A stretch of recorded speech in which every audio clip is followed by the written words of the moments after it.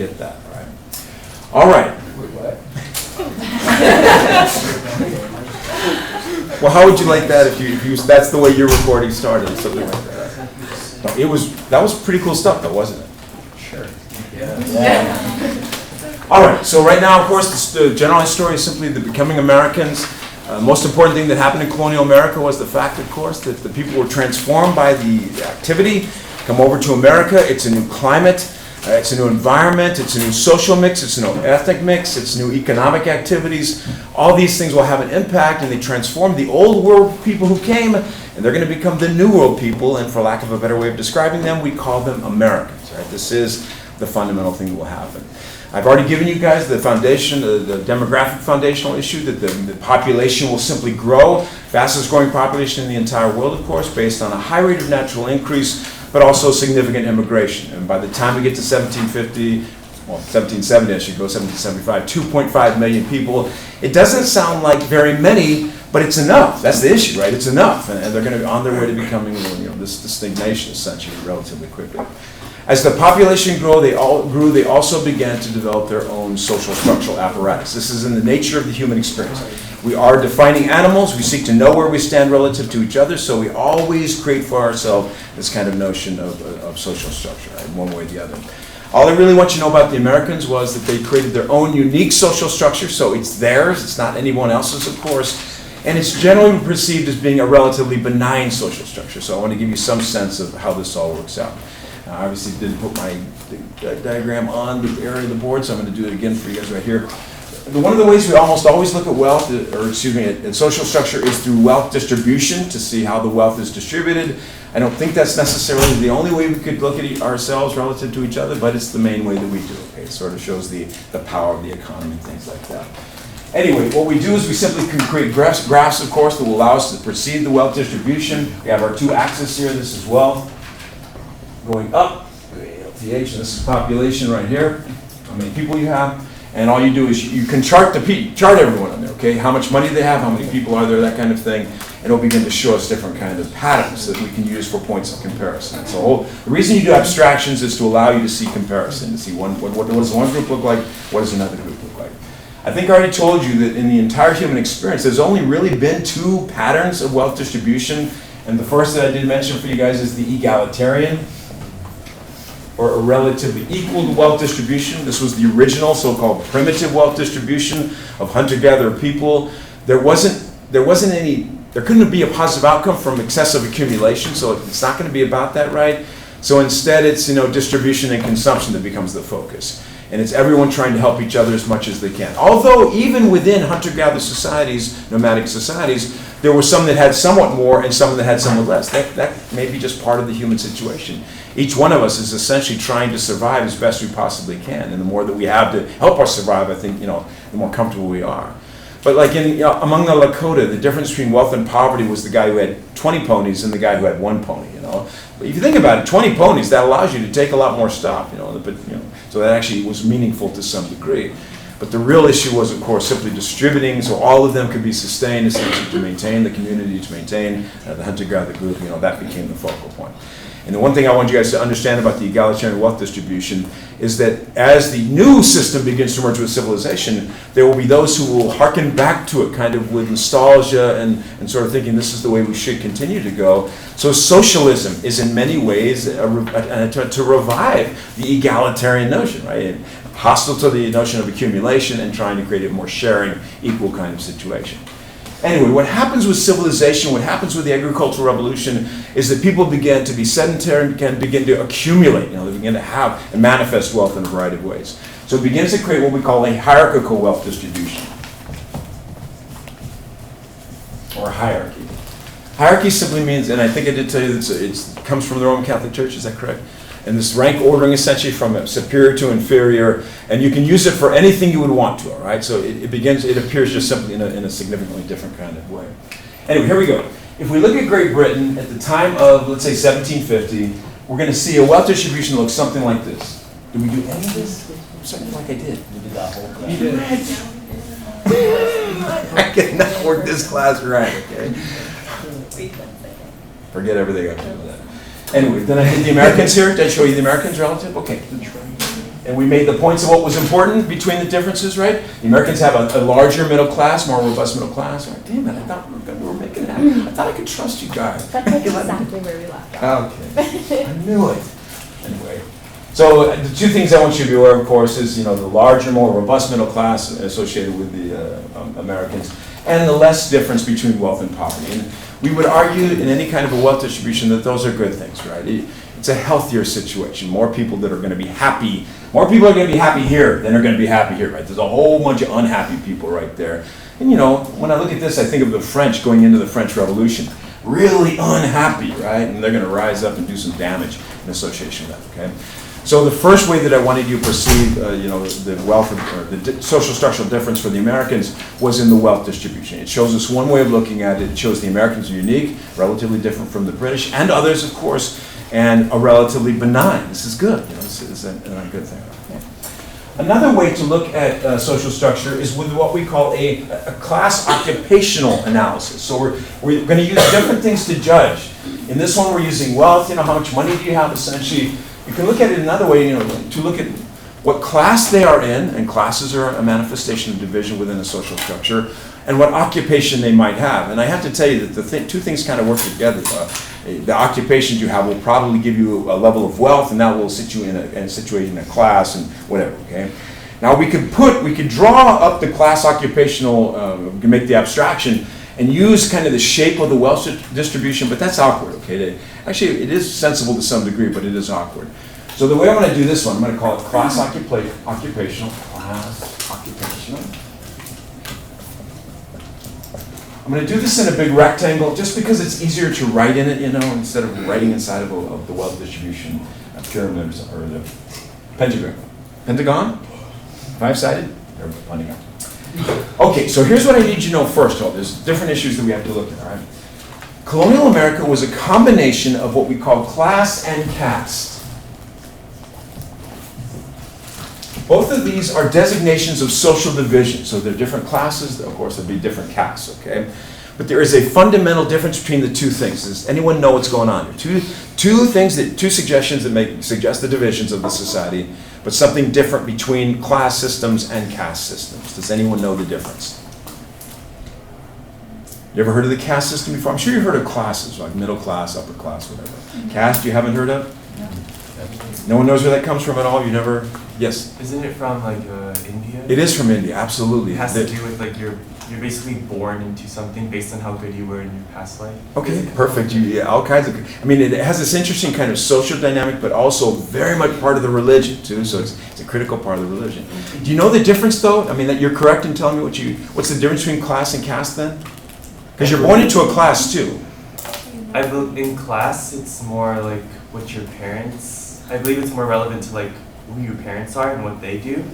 Kind of if your parents were a blacksmith, you're also more likely going to be a blacksmith. Okay, and then caste is more depending on your morals and how good you were, you're born as either a frog or a lion or something. Interesting. The castes are defined by occupation also, though. Oh, so it's the Brahmin or priestly caste. So they are there's a similarity there. I think I saw your hand for a second. Is class you can move and vary it, and caste is kind of you're stuck there? Okay, you got it. You gonna add anything to that? That's basically. Yeah, it's an issue of mobility. Okay, it's all about issue of mobility. Class systems allow for the potential of mobility. It could be difficult, right? It could be very difficult. But a class system the whole notion of it is that there is the potential of mobility. You can move from one class to another. Remember that if you think of a class system, you can move up, but don't forget about moving down, right? It has both ways of mobility. The caste system has this rigid quality to it. Uncrossable lines. These are uncrossable lines, essentially. And it's the way it was perceived and invented as far as India was concerned, and the way it continues for a very long time. Okay, so one has the potential of mobility, the other one has no potential of mobility whatsoever, except for what you suggested, an extra existence mobility, where if you live your life correctly, you do your dharma, you get good karma, you could actually come back in another caste. And of course, the only way you can get to, for the Buddhist nirvana, for the Hindu moksha, is to get to the Brahmin class and then be liberated from the world soul. You have to do this kind of social mobility kind of thing. And in the caste system, if you live a bad life, you can go down. If you live a good life, you can go down. But only in the next life, okay? Not in the life that you live. In the life that you live at this moment, a rigid kind of system. If you're born in the caste system, you have to live within the caste system, you have to interact. It's going to determine your friends, your job, your occupation, who you can interact with, et cetera, okay? So in India, the only person that can cook for everyone in the entire society is a Brahmin. Because if a Brahmin eats the food cooked by someone below in the lower caste, it contaminates that, and they cannot eat that, right? And there are some that are outcasts, as you may have heard of before, that are unseeable and untouchable, right? I mean, that's kind of, I love the untouchable, that's okay, but the unseeable, that's like a social agreement. We can't see these people, even though they're right in front of you. I love that kind of notion of ostracism. Anyway, so here's the thing, yes? So in the caste system, you're saying that you can only go down, but in your past life? No, you can go up or down in the caste system, but not in your past life. That's telling where you've come from. It's your future life. It's called samsara, the cycle of rebirth. So you live this life, live a good life, do your dharma, get your karma, maybe move up to the next level, okay, or something like that, right? By the way, live a really crappy life, do really bad stuff, come back as a grain of rice. There's a lot of different things you can come back at, right? So anyway, what we see in colonial America is an interesting combination of class and caste. Okay, that gives it a kind of special quality. So what we have are these class lines here, okay? Those are my classes. There are going to be 3 of them. But we also have what I'm going to call a caste line, okay? It's a separate line. It's the line that is uncrossable. So can anyone help me? Who's going to be, may as well say it like this, below the caste line, cannot be crossed, and you cannot advance into the class system? This is the slaves down here, okay? And to a degree, it's more than that. It could also be just black people, okay, or people of African descent, essentially. Although some people that were of African descent who were free, who developed for themselves a significant amount of wealth to the point of being slave owners, so where are you going to put them? But even then, right, could they marry the white people? Could they interact? Could they integrate? Routinely the answer is no, they could not. So it still remains a caste line, even though they might have wealth and they might have property. So the colonists are a combination of class and caste with this one powerful, uncrossable line that I need you to worry about. Now, really what I'm talking about, though, is the class component to this. So you have to it's really sad, but we're going to just dismiss the slaves. They're out of the system, essentially, as far as the class system. The class system was a situation where there could be mobility, and indeed, America became a place of high potential of mobility. It's a place where you could rise up if you wanted to. Now, I'm just going to give you the sense of the different classes, of course, and we use your sort of generics to understand them. So up here, I'm going to call these people the elite. It's intriguing to me that it's very difficult to call the richest people in any given society anything negative, right? And it's pretty much because they're the dominant group. So whatever they want to call themselves, they're always going to make it a positive. We could call them the rich bastards, okay? Might as well, right? But that's not the way it works, right? For the Romans, the wealthy were the boni, or the good. For the Europeans, they're the aristocrats. That means the best. So they always say, or the nobility, right? I love that. They've got all these great words to describe them, okay? We might look out and just despise them, right? But the words are always positive. Almost no one thinks that being called elite is a bad thing, okay? Although in America, if you are elitist, if you act like an elite, that's bad, right? We don't like people to do that kind of thing. But I'm just going to call them elites. It's relatively value-free, okay? Down here, this was the poor people. And it's just the nature of society, especially hierarchical societies, that there will be poor people, all right? And in between the 2 of them, who's this going to be here? What are we going to call them? The middle class. They're always kind of there. And, this will ultimately become kind of my point, all right? So we have this class. Here's the class analysis that I presented to you.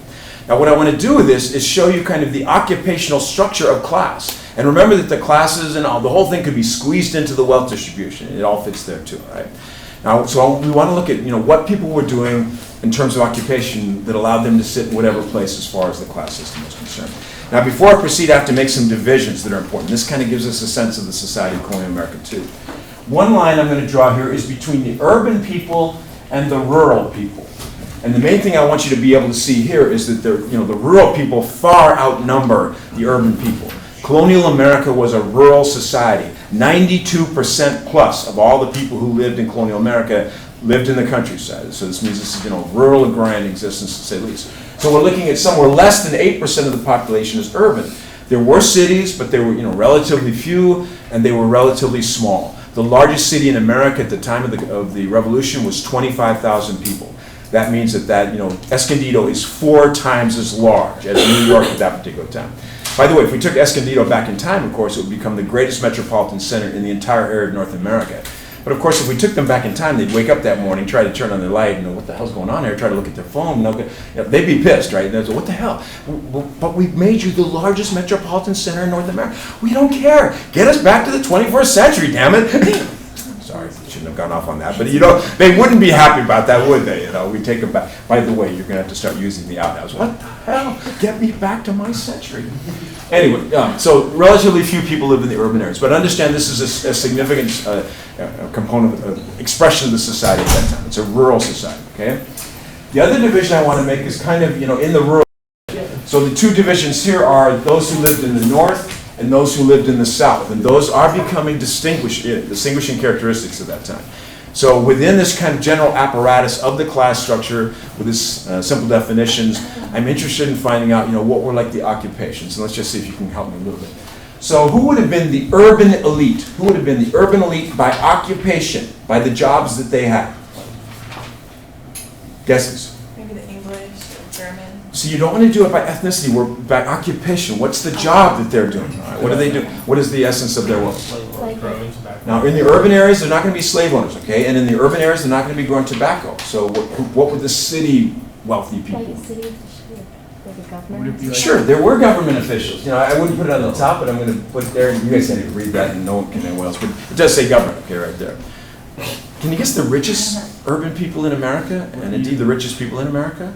What they would have been doing? People from the church. There are ministers up here. That's actually not bad, but they're not richest. The ministers were really big in New England, of course, among the Puritan area. Merchants. Does that make any sense? Merchants. These are the trades, the guy who do the trade and commerce of colonial America. This is John Hancock, the guy with the big signature who signed the Declaration. They were the wealthiest people in America. They just could crank out significant wealth, and I'll give you some reason for that in a little bit. So the merchants would have been among the colonial elite, urban elite. Many of elite positions today are the same as they were back then, so if you got sick, you went to the doctor. Doctors are wealthy people. If the doctor messed you up, you went to the doctor messed you up, you pissed at him, where you go? With a lawyer, okay? Bet you guys can get that one, all right? So lawyers, doctors, lawyers, merchants, government officials, ministers, at least in New England, these would have been the colonial urban elite, just to give you a sense of occupation. Colonial urban poor, there's one group that I told you quite a bit about, but I didn't tell you in the context of the urban situation, but they would have been a large percentage of the urban poor population. Anyone want to hazard a guess? Pardon me? Vagabonds from Europe. But okay, not bad, but in what form did they come to the colonies? Indentured servants. The indentured servants are a big deal here. Most of the indentured servants in the course of colonial America do not go to the rural areas. They go to the cities because it's a better life, right? And they're going to work as domestics and stuff like that. That's what really happened. A lot of them were simply, these are things you can't necessarily get. They were simply called like day laborers. They simply did work day to day. It's a very common thing, so day labor.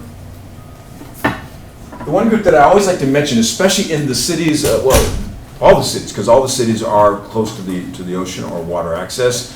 This was an occupation critical in America, so they're going to spend most of their time working on the sea. So can you guess the occupation? The sailors. Sailors were a really big deal in those days.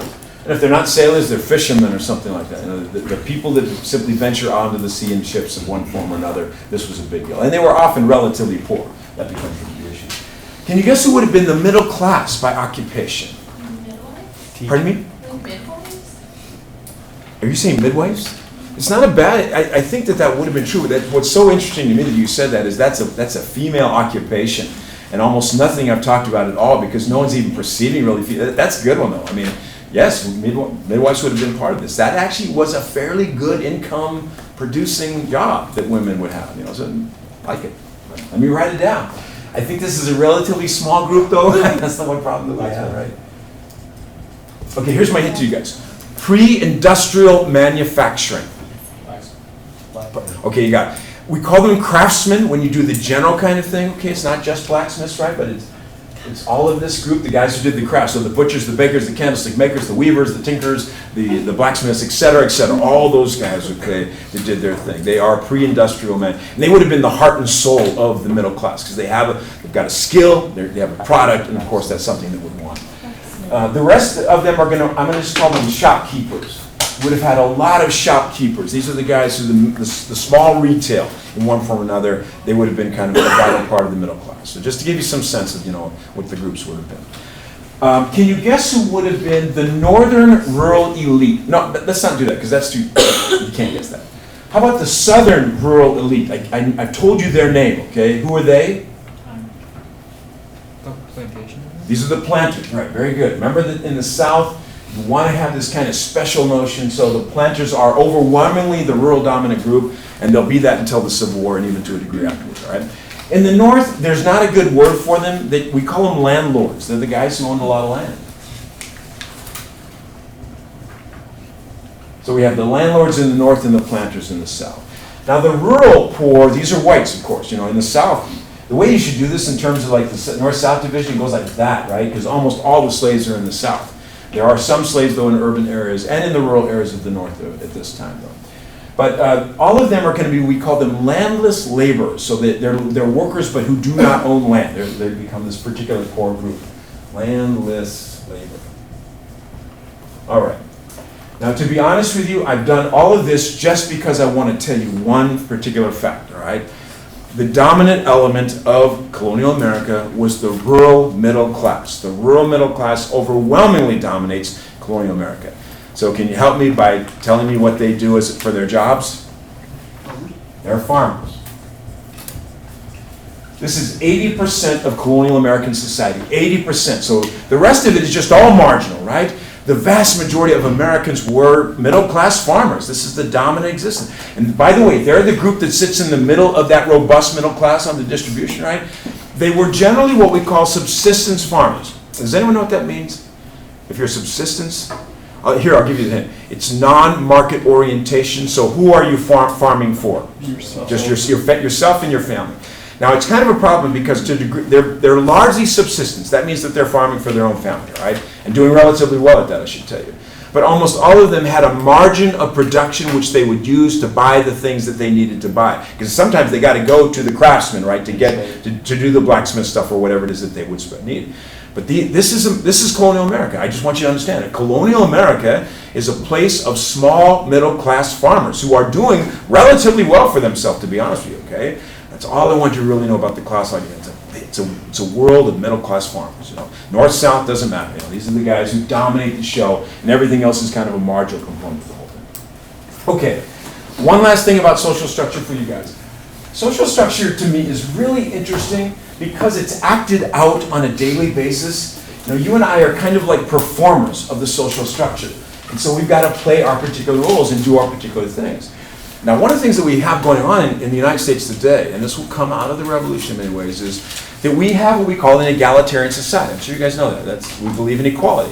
And remember that is a legal creation. It's not just an assumed creation, it is legal. The 14th Amendment, all citizens are to be afforded all rights and privileges, including equal protection under the law and due process of law. These are legal statements that we are to be treated equal and that no one has any right over the rest of us in any particular kind of way, okay? We are an egalitarian society. But it actually creates kind of chaos in the social structure apparatus. If you have a really determined and distinct social structure, then everyone kind of knows exactly what they're supposed to do, But when you have an egalitarian social structure, then it becomes a little more messy. What exactly are we supposed to do? Am I supposed to open the door for you? Are you supposed to open the door for me? Am I supposed to get out of your way? Are you, those kind of things. In a defined social structure, in a hierarchy, believe me, none of those things are questions, right? If the rich people are coming down the road, you get your heck out of the way, right? And you do whatever they want you to do, essentially. But we don't believe that kind of thing. And I love the kind of potential outcomes of this. And this has actually happened to me. Maybe it's happened to you. You guys all know that when we walk anywhere, we have absolute right to walk where we want to go, right? That's just the nature of the thing. So here I am walking across, Palomar College on the big wide sidewalk in an afternoon when there's no one else there except for the one person coming down towards me, okay? Now we are both just incidentally on the same line of walking, right? There must be at least 20 feet on both sides of us to go, but we are on the same line of walking. In an egalitarian society, neither one of us has to go anywhere, right? We proceed on the straight line, right? And it's not like we intend to run into each other. We realize that that's somewhat problematic, regardless of equality. What happens is, and I swear to God, this has happened to me like more than one time. This is the reality. So we're walking towards each other. We realize, oh, we're on the same line. We're probably going to run into each other. So what do? You juke one way. Unfortunately, the person juked the same way. You juke the other. I'm going to go, and then you run into each other. There's 20 feet there to walk. There's 20 feet there to walk, and yet somehow you and I have run. Is this animal magnetism or what? It's just a problematic social structure. It's the problem, the nature of the game. Yeah. For the Egalitarian Society, do you think that a part of that was due to there not being so many jobs available? Like, what created the equality? Well, the equality is a mindset, really. It's interesting that the notion of equality and the notion of economic well-being are not necessarily related to each other. Because there's different ways of looking at equality. You can say equality of conditions, so we're all supposed to equal in terms of our wealth, like I told you about, right? Or there's just simply equality of opportunity. That's the kind of thing we have, right? And equality before the law. So it's not. That's a really good question. I don't think it's rooted in the economic notion, but it must to some degree. But my point is that you're right, there aren't that many jobs, but people are still fine. They're not worried about that. It's not a society or an economy that has a lot of different things. Most of them are farmers, right? And they're perfectly fine being a farmer. So I don't think that's quite, maybe that would be the other way to look at it, right? Everyone's a farmer doing okay with it, and they're doing pretty much the same. Maybe that's the font of thinking that equality is a really good idea. So, okay, interesting, good stuff. Anyway, here's the other thing I always like to say about our social structure. When we get in a car, we do not believe in equality at all. Isn't that interesting? We believe in the primacy of self, and that our car and where we want to go is the most important thing. Tell me that I'm being wrong here, okay? It's exactly true, right? And I love that when you get into a traffic jam, you blame everybody but yourself. Like, who are these people? Why are they jamming up the roads? It's never your fault, right? It's never your fault. And when you're going on the on-ramp, get on the freeway and there's a person right next to you in the slow lane, you just want to beat them to the point, right? Oh, damn, I'm going to just go as fast. My wife is terrible at it. She drag races, I swear to God, every time. And I always tell her, honey, you can be the person who comes in second. If you win that race, we could both be dead. That's the outcome of the entire situation. Anyway, but I love how that when we're drivers, we do not believe in equality. But when we're walkers, we're kind of do, but that can still lead us to run into each other. Anyway. There is something called a social structure apparatus, and it has interesting things. It used to be that men were supposed to open the doors for women, but maybe that's sexist or something like that. That's the part that cracks me up, because I still think I still want to do that, all right? But I hope that I won't be offending anyone's sensibilities if I do open the door. And social structure works in this classroom too. You guys refuse to call me Chris. I asked you to call me Chris. You call me Professor. That to me always means that you don't know my name. Professor what? Just Professor. Okay, all right. It's better than Hey Jerk or something like that. Anyway, the one that cracked me up the most was when a student called me Coach. I kind of liked it though. Yeah, it's okay. This is the play we're going to run this time. It's going to be a historical end run. Anyway, our society, of course, is kind of weird because we don't necessarily, we limit those kind of behavioral components, but they're still there. We still have to kind of adhere to them. Anyway, social structure is not just something that would appear in diagrams. It's acted out on a daily basis. So let me just describe for you the way that social structure kind of worked, the way it was acted out in colonial America. We call the social structure of colonial America a deferential society. And this becomes a potential identification for you guys.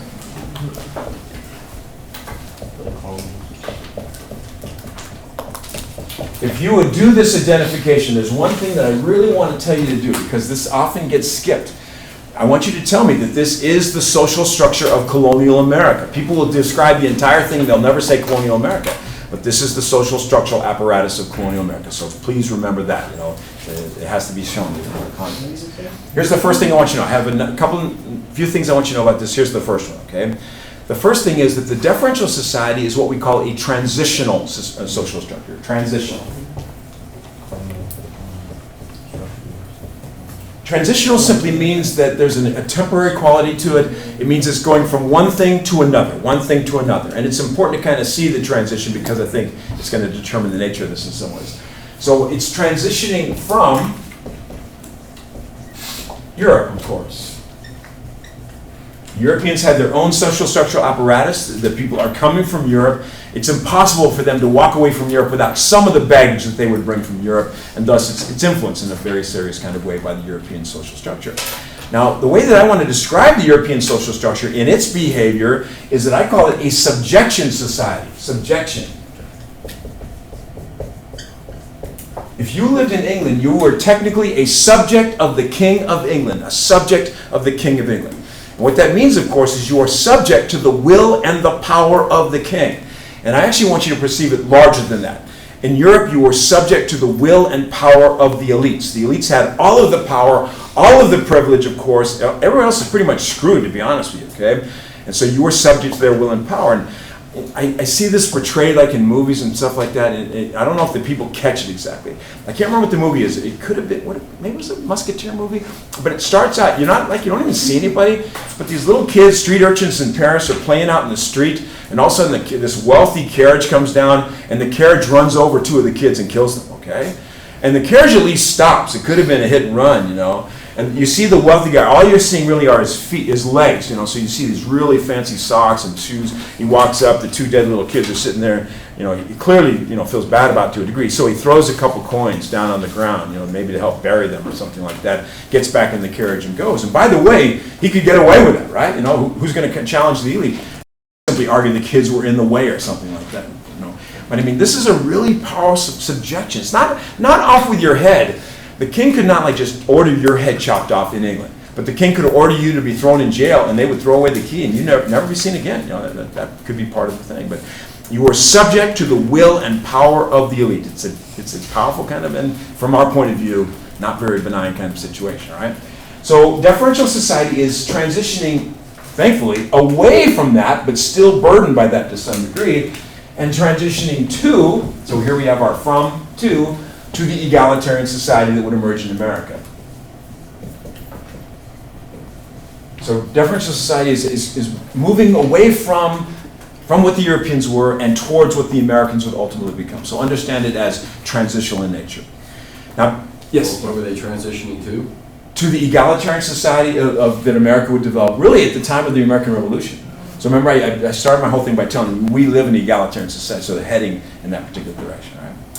Okay, here's the second thing I need you to know about the deferential society. They were coming from a society where the elites dominated absolutely. So as the Americans create their social structure, they kind of continue that notion. So in colonial America, the elites dominated. That is the truth. It's not an equal society, all right? Elites dominated.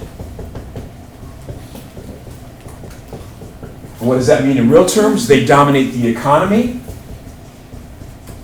They dominate politics in colonial America, politics and government. They dominate the society, social norms, fashions, etc.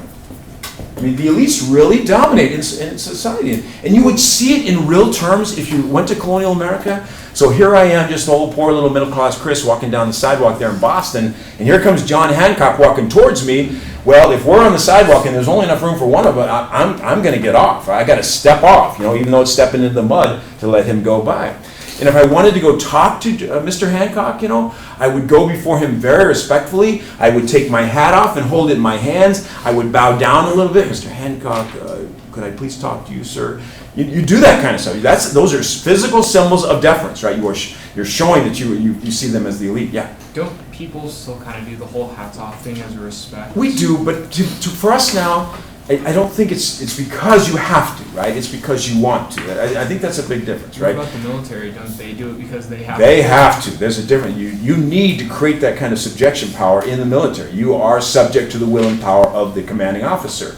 In our society, though, you are not, right? We don't have to do that. If a general walks in the store, I don't have to do a damn thing, do I? I mean, it's a different kind of situation. But good example. So first of all, please understand that this was an elite-dominated society, so it's not equal at all in any particular kind of way. But here's the special thing that's really important to the whole story, right? We call it a deferential society, so I have to parse that a little bit, break it down. The root word here is to defer. Does anyone know what the word to defer means? It has a particular kind of meaning.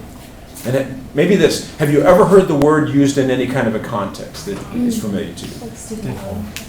Okay, what do you do there? You defer when you put them off for You later. put them off, okay? You're paying them? Yeah. Okay. That's actually, that works in some ways. Anyone else have any examples of the word? Football? Okay, help me out, what are you talking about? During the kickoff, you can either defer to the other team of which way they want to kick or recover, or which way you want to play the ball. Okay, I know this one very well. I was a captain on both my high school team and my community college team. I have no idea why I was. I always thought that was so weird. Why am I the captain? But anyway, I was the captain. So I got to do coin flips routinely, of course, among other things. And you go out there, of course, and if you're the visiting team, then you get to call the flip. You guys all have seen this before, right? They flip the coin. You got to call it in the air. You call heads or tails or whatever. If you are the team calling, you have choices. You can either, you win the toss. You get to decide what you want to do, of course. So we want to receive the ball. But sometimes what you do is you defer. So you allow the other team to make their choice at that moment for you. And of course, the issue of that usually is, it's okay if they want to get the ball first, you're going to use your defense first, and we get the choice on the second half, right? If you've deferred, we walk out there, it's my choice, I get to choose to kick off or receive for the second half. But here's the thing about the word defer. Defer means to give authority to give authority to. So if you're a captain and you defer the coin toss, you're deferring to the other captain. You're letting them make the choice for the opening of the first half, right? And in the loans, to defer the loans, that's the loan company giving you the authority not to have to pay quite yet, right? That's what they're really doing. You're still going to have to pay that sucker, right? But they're willing to let you do that in that particular situation. So anyway, the word means to give authority to. And what happened? Well, I'll just describe the little part of it. The lower classes deferred to or gave authority to the elites. They gave them the authority to dominate the economy, run the political governing apparatus, and to determine the nature of society in colonial America. That's what's happening. That's why we call it deferential. They're deferring to. Now, I don't know if you guys know it, but deference happens a lot, even in an egalitarian society. I'm a totally egalitarian, but I know that deference has to be part of the story. I don't know if you guys have thought about this notion, but right now you are deferring to me, okay? You are giving me authority over you for an hour and 25 minutes to teach you history. And the deference goes beyond that. And you sit quietly and listen to me, generally. You take notes, and you act like that's actually valid information. We all know it's not, but thanks for acting and pretending. I appreciate that part. You allow me to test you, to grade you. Those are all acts of deference. You're giving me this authority over you to teach you history. And if anyone walked in the door, of course, and asked some kind of a complicated historical question, you would all look to me and give me the power, the authority, to speak for you. And I would say, duh, I don't know. So we'd all look dumb, okay? Anyway, that's an act of deference. And by the way, in deference, do not defer to me in any other thing than history, because I'm like an idiot savant. I know nothing else about anything in this entire world, okay? I had a student one time come to my office hour, and they said, I'm having trouble making friends here at Palomar. So I'm going, oh my God. All I could think of was, well, historically, there have been a lot of people who have had trouble making, that's what I got going on. What am I going to do about that whole thing? Anyway, I do know that there are things that you guys know a lot more about than me. I would defer to you if you're an athlete in somewhere I don't know about, or you have some particular skill, or if you can do anything about fixing your car. I can't do anything. I had to go to the dealer to get my light bulb changed. I was so embarrassed. I kind of know how to do it. I always like the way you have to approach this. First, I begged my wife, honey, will you go there and do the woman thing? And she said, no, you have to do it yourself. So I had to go. I just simply said, I'm either too dumb or too lame. You went to the dealership? Well, I just want. You went to AutoZone? I went to the dealership. I already had the bulb. I bought it myself at AutoZone. AutoZone does it for you. Well, they damn it! I defer to you in all issues of repair. See, you guys see how dumb I am. I already told you. We're just showing you evidence for this. Anyway, so you do understand that deference is a common phenomenon, right? You're deferring to me and other teachers and all that kind of stuff, okay? So here's, just understand it, we got it? That the lower class, they gave authority to the elites to dominate over them, right? But here's the most important thing about deference, okay? Deference is by definition a voluntary act. Voluntary act, all right? You guys know that when I was captain and I deferred, I didn't have to. I did it because I wanted to, right? And if the company wants to defer your loan, they don't have to, but they do it because they're willing to do that or something like that. Deference is by definition voluntary. So that means that I know, for instance, that you guys are voluntarily coming to this class, and I really appreciate that you do that, okay? And my notion is, even though I'm in charge and I'm in the dominant position, because you are only coming here because you want to in a voluntary way, I cannot abuse you, right? I cannot mess with you guys in a particular kind of way. My notion is that I must always treat my students with absolute respect. It's very seldom that I even show the slightest bit of annoyance with whatever they do, though I am often very annoyed. behind the veil, you guys get to see. I'm not that much, but like today, I have people coming to do their makeup test. This is, remember when the test was? I don't even remember when the test was. So you've waited till now to do the makeup. Okay. Oh, if anyone hasn't done their makeup yet, that's fine. I'll make sure you're right. It's going to be just fine. Anyway, but my notion is, I want to be a good teacher, a nice teacher, a helpful teacher, because I want to keep you here, right? So you may be deferring to me, but I'm kind of deferring back at you to make sure that you stay in this classroom, that kind of thing. So understand that deference is by definition voluntary. And what is given voluntarily, you all know, can be taken back voluntarily. The second I become a jerk in this classroom, you guys should leave. That's it. I mean, that's the reality, right? You should not have to accept the behavior. Why are you guys all leaving just right now? They don't see this that you're sitting here on the camera, so just bye. So long. Anyways, damn it, I gotta go. Okay, we're gonna play it straight for the rest of the class. I promise you. No other even suggestions of anything humorous whatsoever. Did I tell you guys the joke about that? So, you guys get this?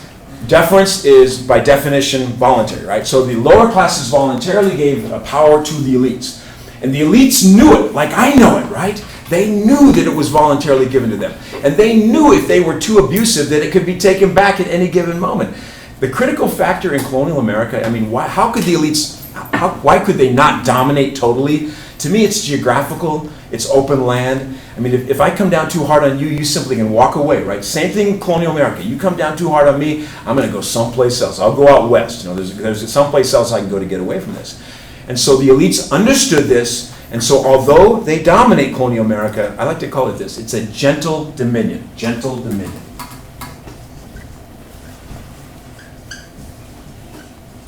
I always want that to be the way, my way. In my class, I always want it to be a gentle dominion. I don't want you to think that you're being bossed around and pushed around, even though I am forcing you to do certain kind of things, okay? And I think that's the way that it functions pretty much as far as colonial America is concerned. And if you think about it, that's a lot different than subjection, right? You can't do a damn thing about subjection. But in a deferential society, different. It's going to be gentle, and if you really don't like it, walk away, go someplace else, okay? Now there are two powerful outcomes that I want you to be aware of associated with the deferential society. So it's not just the nature of the society, but it impacts what's going to happen in American history. And here's the first one. By giving authority to the elites, what the Americans did was create what we call a leadership cadre, a group of leaders. This word cadre, it's like padre with a C. It's not something you're familiar with necessarily, but it simply means a group of leaders. So leadership cadre. The Americans created for themselves their leadership cadre, and I guess the good news is that these guys began to realize that they were in charge and began to try to really become good at doing that. In fact, they kind of had to be better than it. In Europe, you could be bad and be a leader, right? Because you just have absolute power. But in America, you had to kind of understand the nuances of the situation. And I do believe that led them to be really good at what they did, careful about how they would proceed, etc. And so you begin to develop this leadership group, okay, members of the elite. And by the way, they are so good at what they do that they are all very, very famous. George Washington, you ever heard of him before? John Adams, you ever heard of him before? Thomas Jefferson, James Monroe, James Madison, John Hancock, Sam Adams, Patrick Henry, one after another. These guys they're not just famous for us, they're famous, and people have heard of them around the entire world, all right? And here's the story. They are very good at leading the colonies. They do a great job there. When the British start to mess with them, they're very good at leading the protest. When that turns into rebellion, they're very good at leading the rebellion. When that becomes revolution, they're very good at leading the revolution. And when that's over, they become very good at creating the United States of America. I mean, those guys are damn good at what they did, right? We call them the Founding Fathers because ultimately they will do all these things that are critical for the foundation of the United States of America. So the deferential society creates this very effective leadership group. I'm a total egalitarian, but I also believe in leadership. I believe we're all equal, but I know that you kind of need guidance in many ways. I need leaders to help me sometimes. Hopefully you need them. I'm trying to lead this class. That's the way we kind of make things work in many ways. And the colonists had this kind of going on in space. They had very good leaders, and the proof is in the pudding. They're going to lead them to the United States of America. That's a pretty impressive thing when you think about it. And as important as that is, I think the second thing is maybe more important. This is weak. It's not a strong system at all, right? It's based upon nice treatment of each other and stuff like that. It's based upon a gentle dominion.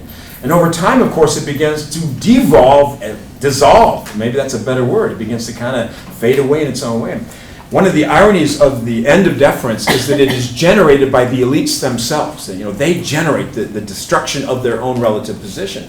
And, this is something you've heard of, but maybe not in this context. One of the members of the elite was a man by the name of Thomas Jefferson, and he writes this important document called the Declaration of Independence. And in that document he says, we hold these truths to be self-evident that all men are created equal. That's what he says, right? And remember how this works. The lower classes look up to, listen to the elites. And what are the elites saying? You guys are all equal. They're supposed to respond to that in a positive way. Hey, we are. And so what that means is they're not going to see the world in the same way for a long time. They're not going to bow down to John Hancock. They're not going to bow down to George Washington. You meet George Washington after the American Revolution, you do like this. How you doing, George? You shake his hand, right? Because you're not below him. You're the same level as him in every important kind of way, okay? Or every legal kind of way. Anyway, so not only is deference, of course, a foundation of leadership, but it's a foundation of moving away from the whole structure of domination, moving towards an egalitarian kind of apparatus that becomes the essence, of course, of what America is all about. Right? Anyway, so this is the ultimate expression of what's going to happen in colonial for the social structure of colonial America. Okay, as the population grew, as the social structure became increasingly defined, one of the more powerful developments associated with the colonial America was that they began to develop for themselves an economy. You all know that this is kind of the end-all in many ways. You have to build that economy to create the foundation of any kind of a society. And the Americans not only built an economy, but they built a really strong economy, a very strong economy. I'm sure you guys all know that the Americans were the very first New World entity to become independent, right? If you look at the entire era of the New World, they were all taken over, the whole area was taken over by the Europeans. The first area to become independent was the United States of America. Intriguingly, the second place to become was the island of Haiti, or part of the island of Domingo, which was known as Haiti. And Haiti was founded as an independent entity. Gosh, I wish I remember. Is it 1898? Sometime in the 1790s. So secondary to the American Revolution. Haiti is so interesting and so different because Haiti was a slave uprising. The slaves were inspired by the French Revolution. Their incredible leader was Toussaint L'Ouverture. And if nothing else, that's got to be one of the coolest names ever, right? Toussaint L'Ouverture. Anyway, he will lead, inspired by the French Revolution, he will lead his people very capably and establish a second independent entity called Haiti. And the interesting thing is that, of course, the Americans will go on to incredible glory through their history, and Haiti will remain forever, it seems like, a troubled entity. In the beginning, a pariah state, included, the Americans hated them, right? The Americans believed in slavery. To think that slaves should rise up and create their own, oh my God, it's a horrible kind of notion as far as they were concerned. But it is intriguing to me that Haiti was number 2, and Haiti will retain its independence through all the difficulties that will endure to this particular moment, including, of course, natural disasters and things like that, too. But here's the point. The Americans were the first, and when you're the first, you set the precedent, and you become the model. And from that point on, everyone wants to kind of follow the model, if you will. And the Americans are not only the model for, of course, New World liberation, but Old World liberation, too. When you go into even the 20th century, there will be people who will evoke the American model. And I love the evoking of the model because it just comes out in such interesting ways. Simone Bolivar, maybe you've never heard of him, but he's the guy who kind of really promoted the independence of South America from the Spanish. He wanted to create something called Gran Colombia. It's going to be a big, huge area. And of course, it doesn't become that. It becomes Colombia and Peru and just Venezuela, et cetera, et cetera. But when he was beginning his mobilization for independence against the Spanish, he says, I want to be the George Washington of my country. That's his great line, okay? And you understand how you're evoking the model of America, right? I want to be like the Americans, right? And when Ho Chi Minh did this after World War II in Vietnam, what does he say? He says, I want to be the George Washington of my country. I mean, you can look all over the world, people saying something like that. And what they're doing, of course, is they're evoking the American model. And why would they not want to evoke the American model? Because that's the best model there is, all right? But here's the problem. There are some times when a model is so exceptional that it is not something that people can routinely follow, or even in the most special circumstances really follow. In some ways, that's like a definition of a model. When we think of the fashion models and we're perceiving them as a norm, you guys all know that that's just not right in a variety of ways. Part of it is that no one can look like that, and part of it is that they're being photoshopped, right? And all kinds of other weird stuff that goes on. So you're creating a model that very few of us could live up to in any particular kind of way. So you're saying you're making a model like a Michael Jordan, like everybody playing like him? Is that the same? That's exactly where I was going to go. If you remember that advertisement, be like Mike. You buy the shoes from Nike, you'll be like Mike. That is so grotesquely a lie that you can't believe. I know it's a lie because I bought those shoes and I could not slam dunk and I was pissed. I'm just kidding, I did not buy them, but I was thinking about it. You all know that. You guys even remember Michael Jordan? I hope it's not too long for that, but I mean, he had this extraordinary ability to take over things in a way that I still don't. LeBron James is close. Kobe had his moments in that regard, and Stephen Curry is really impressive. I'll admit all those kind of, these people, Westbrook, et cetera, Durant. These are great guys, but he had a drive like I've never seen anybody. It was a killer drive. He would kill you probably if you were in his way. He would probably want to kill you. I remember him being absolutely sick and suffering from a fever and destroying the Utah Jazz. In the final game of the just it's bizarre almost to see this guy. And so they're coming out with this ad, right? That if you buy these shoes, they're like $150, right? I mean, I can imagine all the little kids who did everything they could to put those. To me, that was so grotesquely uncool that you can't believe it, right? You're not going to be like Mike if you buy those shoes. Mike is so special. No one can be like him, okay?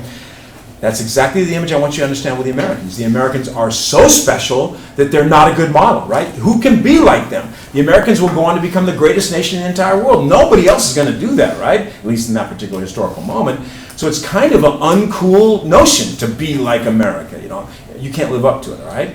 And everything I've told you kind of tells us this. They've got a special population dynamic, the fastest growing population in the entire world. They have an incredibly benign social structural apparatus. But the killer one is the economy. The Americans developed for themselves this extraordinarily strong economy, even though they're a colony. Colonies are not supposed to have strong economies. Colonies are supposed to have weak, exploited economies. And the Americans had the strongest, one of the strongest economies in the world, actually, even when they were colonials. Now, every time I say something like that, I have to give you foundation. What's the facts? What's the truth behind this? Okay, 2 things for the economy you need to know. Number 1, the Americans had the fastest growing economy in the entire world. Fastest growing. It was not the largest, nowhere close, okay, but the fastest growing. And you guys probably know that this is a major indication of economic strength. Whoever has the fastest growing economy in the world at any given moment, we're perceiving them as very important. For the last, 20 years, China has had it, right? China cranking up there to 5%, even higher than that economic growth. That's amazing in the modern world. By the way, in the Gilded Age period, the Americans had in excess of 10% per annum economic growth. There is no economy that's ever been quite as ramped up and hot as that. I mean, that's amazing that economy is going through. And by the way, that's driving the Americans to have the most powerful economy in the entire world by 1900. But the colonies have the fastest growing economy in the entire world. It's a bizarre kind of even notion to think that a colony would have that, right? Here's the second fact that becomes really powerful to me. The Americans had the highest per capita income in the entire world.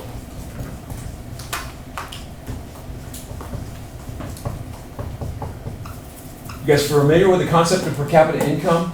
What you're basically doing is taking the domestic product, so this would be the colonial product, subdividing it by the number of people that live in that country, and then just creating that number essentially. So whatever the wealth is subdivided by all the people, it becomes the per capita. For each person, this is how much wealth there is in the economy, right? Now that doesn't have to necessarily suggest a generally healthy economy, because it could be like one super rich person and everyone is grotesquely poor, but if you take that super rich person and divide it, you have a high per capita. That's a horrible kind of notion, of course, but that's a possibility.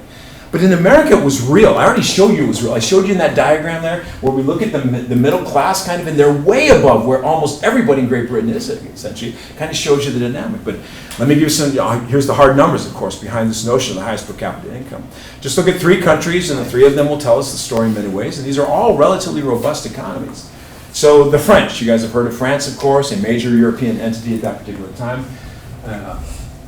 The numbers that I have for you, of course, are going to be in pounds sterling, because that's the measures that they would have at that time. But the French per capita income was £7 per person per annum.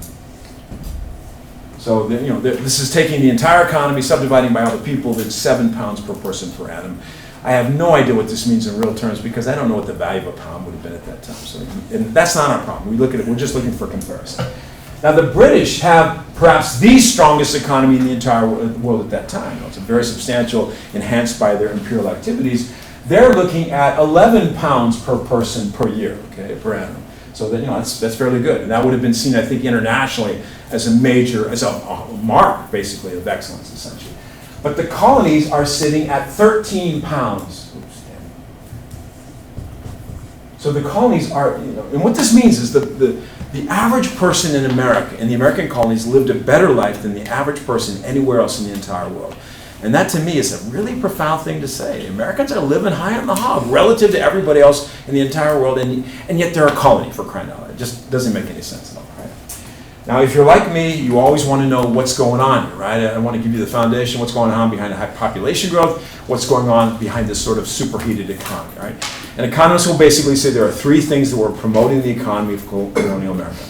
Number one was simple population growth. Economists tell us that if you have a good resource base, simple population growth, just more people, will actually enhance the economy, will allow for economic growth. Can you guess how you do an equation like that? How would more people simply equal more economy? Because you have more reproductions, more people. They're more productive. I want you to take away the re part of it. It's just more production, right? So it's what we call human capital. The more people you have, the more labor you have. The hope is, of course, you have more skill, more creativity, more innovation. That can always really happen, right? So simply more people equals more production, and thus the economy grows. What's the obverse of having more production? In some ways. It's an interesting obversion. Supply? What happens to the product? Because it There was diminishes. always Starts with a C. Supply, yeah. Production and, I'm trying to help you here. Consumption, okay? So if you have more production with more people, you will have more production or more consumption also, right? And the more people you have to consume, the more that becomes a stimulus to the economy. One of the great drivers behind the economic growth of the United States after World War II was the baby boom, right? All these little kids coming into the economy, and the economy had to respond to that because they wanted everything. They're a bunch of whiny, bright little kids. They had to provide them with whatever. You got massive economic growth between 1945 and 1965 because of the response. So the more kids you have in colonial America, the potential you have for increasing the economy. By the way, if you have a bad resource base, then more people actually hurts you, right? It'll drive you down because you cannot sustain having more people. But if you have a good resource base, more people will simply allow for economic growth. So the first thing is just simple population growth. The second thing that will be a driver for the economy was a consistently strong export trade in agricultural commodities. And if you don't like any of that long talk, just say they sold cash crops, okay? That's exactly what happened. So can you guess the largest part of this story? What are they selling to make a lot of money on? Tobacco. It's all tobacco in the beginning. Remember, tobacco is the critical crop. 90% of all tobacco produced in the colonies was produced for export. And you guys all know that that's actually a good thing, right? It's healthier to sell it to somebody else than to consume it yourself, right? But so this was a powerful part of the economy. Tobacco is a driver as far as the economy is concerned. I want to do a quick little story of tobacco, though, for you guys, because it will have some kind of ultimate impacts here. I'm running out of room for myself. When they started growing tobacco, this is 1620, the price was very high, okay? And you see a regularization of the marketplace so that the price of tobacco consistently went down all through the colonial period.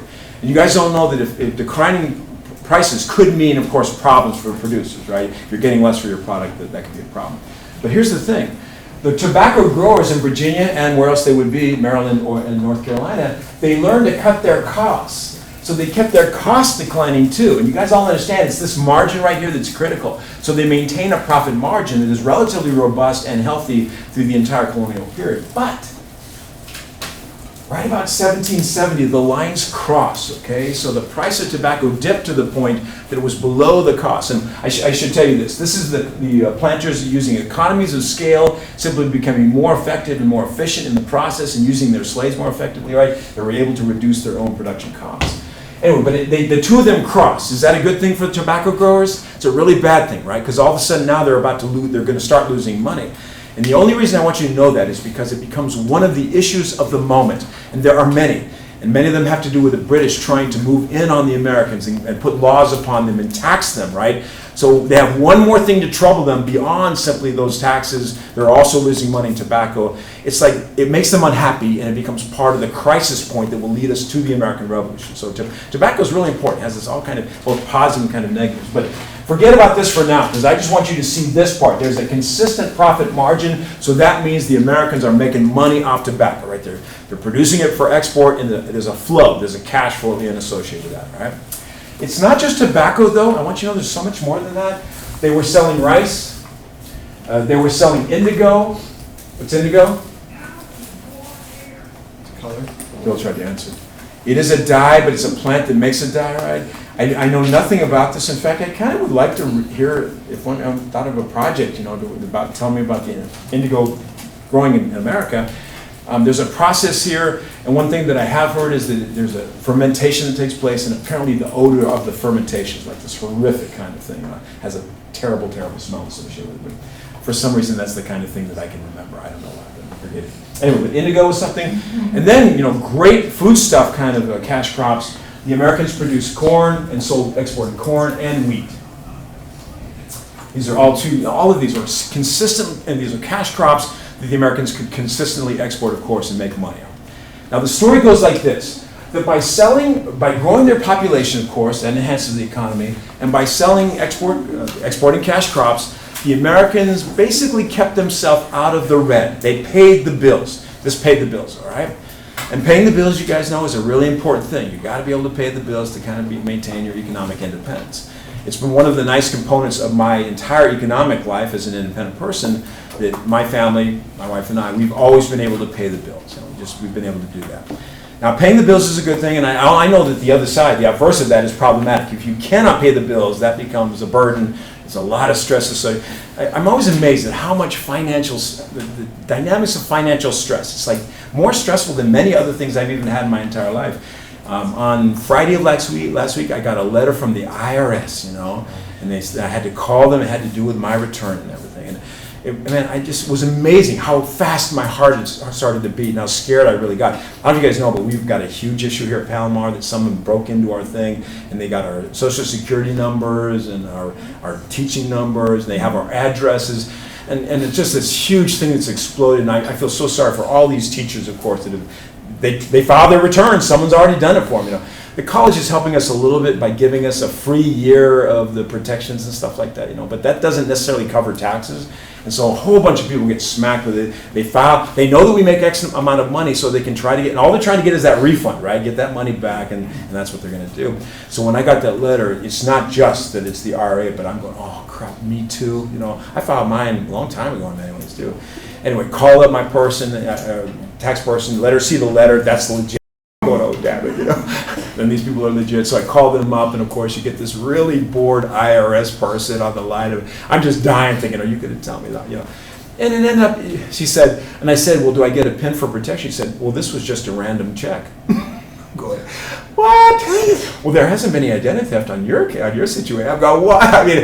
Now, it was all just a weird fluke. They do random checks and stuff like that, and I just fell into the random check group, and I was just totally freaked out thinking of that. And so, no one had even done anything with my material. Not that they won't, not that they couldn't later. Oh, that's the problem, dude. Why am I telling you all this? You don't care. Why am I telling you? Got to pay the bills, right? Yeah. Okay. So we've been able to pay the bills. God, I'm sorry, we'll edit this part out. Anyway, we've been able to pay the bills. But paying the bills is not that fun. You guys know that, right? It's not that fun. So there have been months in our life when I remember we paid the bills and had nothing less for the rest of the month. So it was, mac and cheese for the rest of the month, and our entertainments were to go walk the dog in the park. Nothing more fun than that, that kind of thing. What you want is to pay the bills and to have money left over so you can do some stuff with it, all right? So here's the story of colonial America. They were able to pay the bills because of population growth and the cash crops they could sell, but they were able to have the money left over. This is where the affluence comes in. This is where the high per capita income comes in. They were able to do this because of what I'm going to call a deep involvement in overseas trade. They got really involved in overseas trade.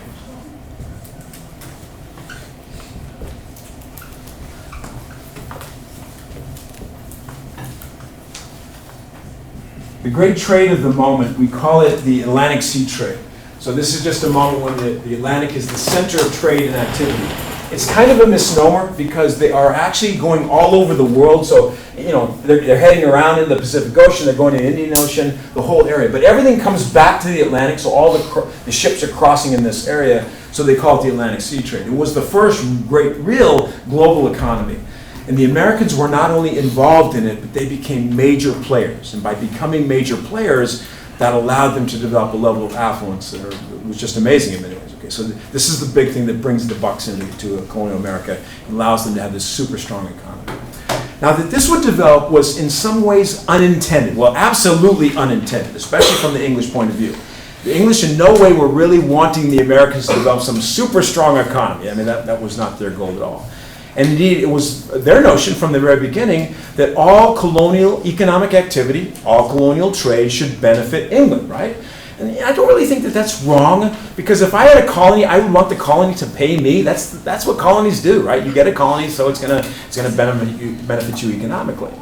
And so what the English did was they tried to set up a system that would absolutely control trade with the colonies and guarantee that the benefits would all accrue to England. And this is what they tried to do. And they did this through a series of enactments which become very famous and interesting in colonial America. And these things become known as the Navigation Acts. And this is going to be a potential beneficiation.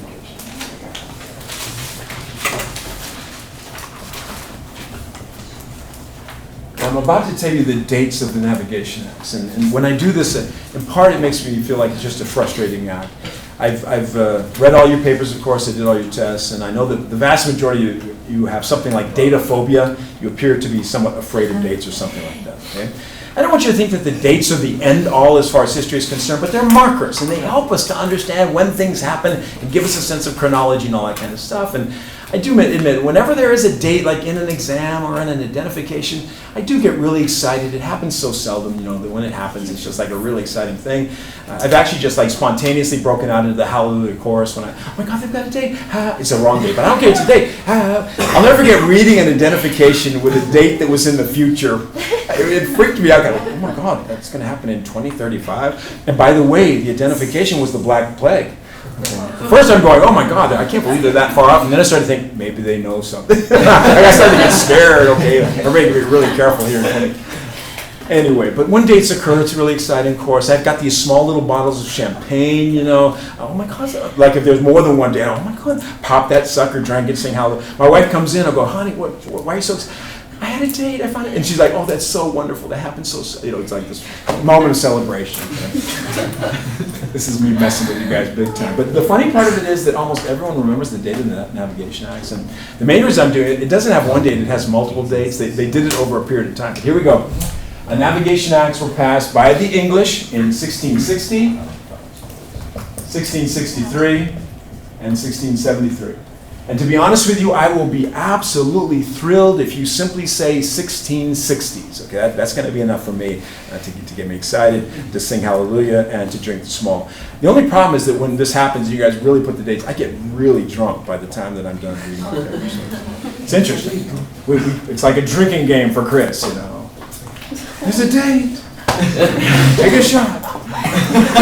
Oh my God.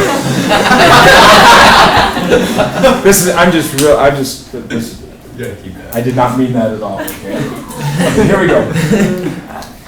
First of all, the Navigation Acts were passed by England in the 1660s with an intent to control all trade with the colonies and to guarantee that all trade would benefit England. So understand, this is all about England, right? They're going to try to create a trade structure that will very much benefit England.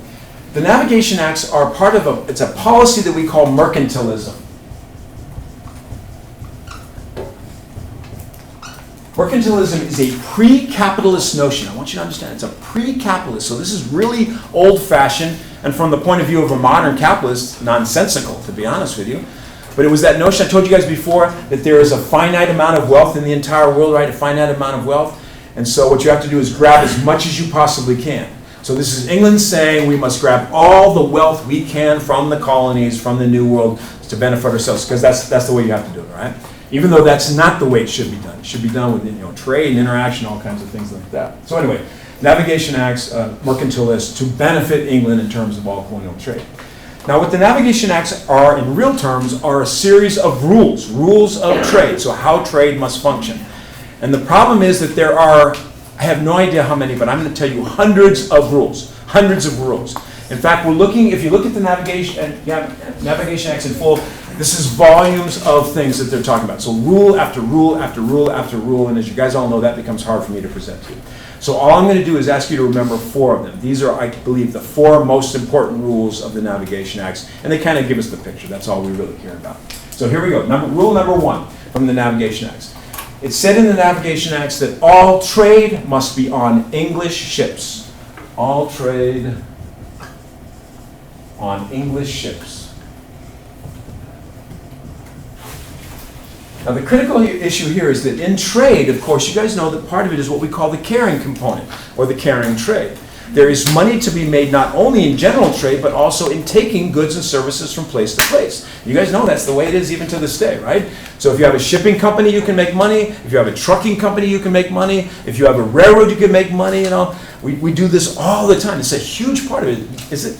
Do we just call it logistics now? Is that kind of the notion, right, of the transfer from goods and services from one place to another? Just think that Amazon is absolutely based upon simply the moving of product from place to place and becoming one of those powerful companies in the entire world. So this is a big deal. So the English wanted to guarantee that all profits from carrying would accrue to the English. So the rule was all trade must be on the ships of English people. Okay. Here's the second one. Maybe this is like the most important of all of the Navigation Acts. It said that all top value items can only be sold to England. All top value items must go to England. So all top value items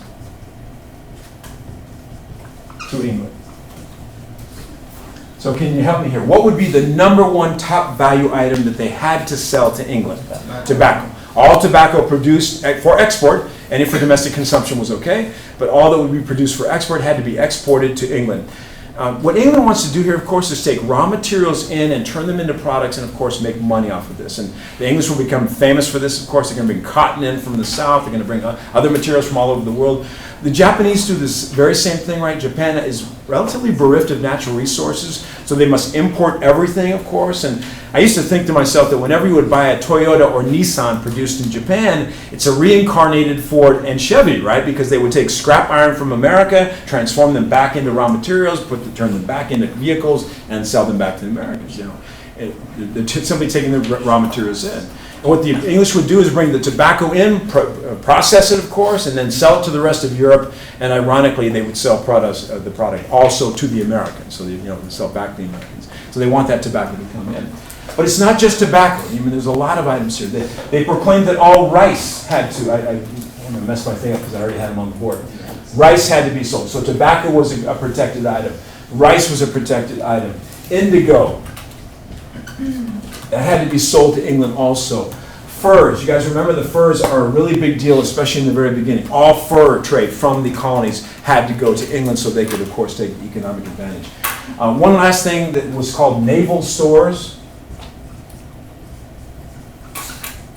Now, I do want you guys to know that this is not the stuff that you might find in your belly button. Of course, those of you that have an outie, you're going, what am I talking about? But those of you who have an innie, you're going, I know what you're talking about. Anyway, this is all disgusting, so it's not what I'm talking about at all, to be honest with you. These are things that you would use to make ships. So masts and pitch and hemp and rope and tar and whatever it was that went into making a ship. These things had to be sold to England. Yes? What happens if you were caught not sending them? That's the whole story, okay? So save your question, right? That you hit the nail on the head right there, right? So #2 says that all top value items can only be sold to England so the English could take advantage of it. Remember that the colonists will benefit from this because they do get to sell the items to the English, but you can also imagine that if they had more of a marketplace, they could maybe make more money off it. They could sell it elsewhere. So here we go, #3. #3 was that all European goods had to come through England before they could go to the colonies. So all Euro goods through England. So what this means in real terms, let's just say you're a planter in Virginia and you want some fine port wine. Does anyone know where port wine comes from? Kind of tells you where it comes from. Portugal. It's from Portugal, okay? So, did someone say Portland? Thought I heard Portugal. Let's pretend you said Portugal, just for the sake of the benefit of the tape. Good, way to go with saying Portugal. That was incredibly intelligent. So it comes from Portugal.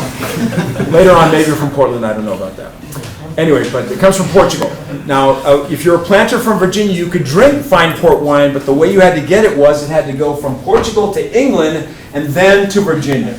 And what the English wanted to do was put themselves at the vortex of all trade. So anything coming out of the colonies goes to England, anything going in from Europe to the colonies goes through England. And you guys all know that every time it passes through, cha-ching, they're going to take a little piece of the pie there. We call that the re-export trade, essentially. So they're really trying to control what goes in and out, of course, of the colonies. So they were just middlemen? Or middlemen? Yeah, but so much more than them, right? Because they're the dominant position in the entire trade. So here's my last one for you guys, number 4. And this really isn't that important, but I want to make it a nice even number. Okay. And the English basically said the Americans could not manufacture anything that would compete with English manufacturers. So just write no manufacturing. This is one of those things where the reality is that the Americans could not compete and could not manufacture. All American manufacturing was simply for domestic consumption, and there was nothing that they could sell beyond their own boundaries that would make any money or make any sense whatsoever, right? So these are the rules of the Navigation Acts. Here's my question to you. Does it sound restrictive? Yeah. It does sound restrictive, right? But here's the story. The Americans learned to use it, abuse it, and prosper. Use, abuse, and prosper. And this really shows you kind of an intelligence of the Americans. They're going to be kind of amazing in the way they do it. So let me just show you how they did this, right? Number 1 is using. And using has to do with loopholes. You find loopholes in the law and see what you can do. And one of the biggest loopholes is right here. All trade must be on English ships. So that means ships owned by English people. Technically, what are the colonists? They're English, okay? To deny that they're English is to deny the empire itself, essentially. So they were allowed to carry the trade, and they dominate that. They become the essential carriers of this.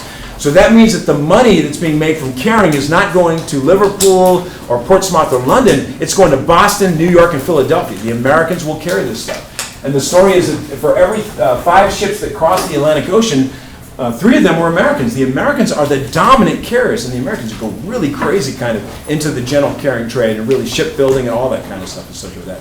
Here's another loophole I can tell you really quickly. There was no restrictions on corn or wheat. So those are open. The Americans simply said if they're not listed, they are open things that we can do. And the area of trade that they would begin to venture in, they're not going to go to Europe because that's against the law, right?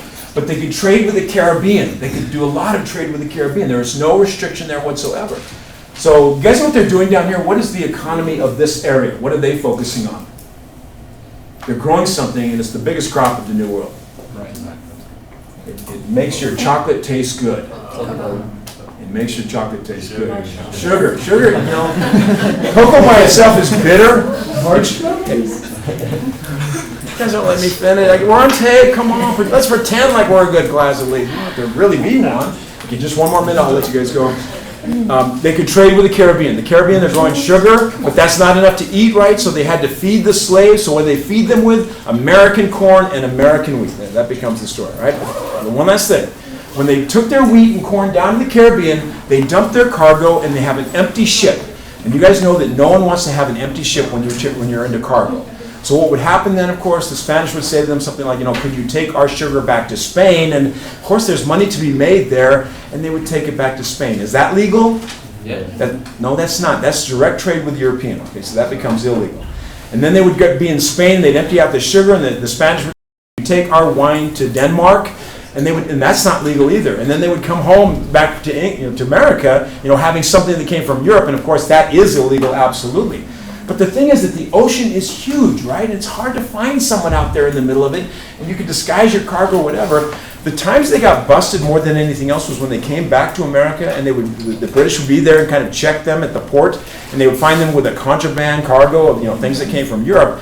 But here's what happened. They would send them to be tried for violating the Navigation Acts, and they were tried in an American court with an American jury and American judge. And what would routinely happen was that they were found guilty. You are guilty of violating the Navigation Act. Come up and accept your punishment, and then put your hand out like this. Don't do that again. Wink, wink, this kind of thing. The Americans are not going to convict them. So the last word I want you guys to write is, it became a smuggling economy. That's what you already had. It's a smuggling economy. And so the Americans will learn to prosper from the Navigation Acts, and I know you guys want to go, and I want you to go. Anyway, I got to turn this off before I say what I'm going to say.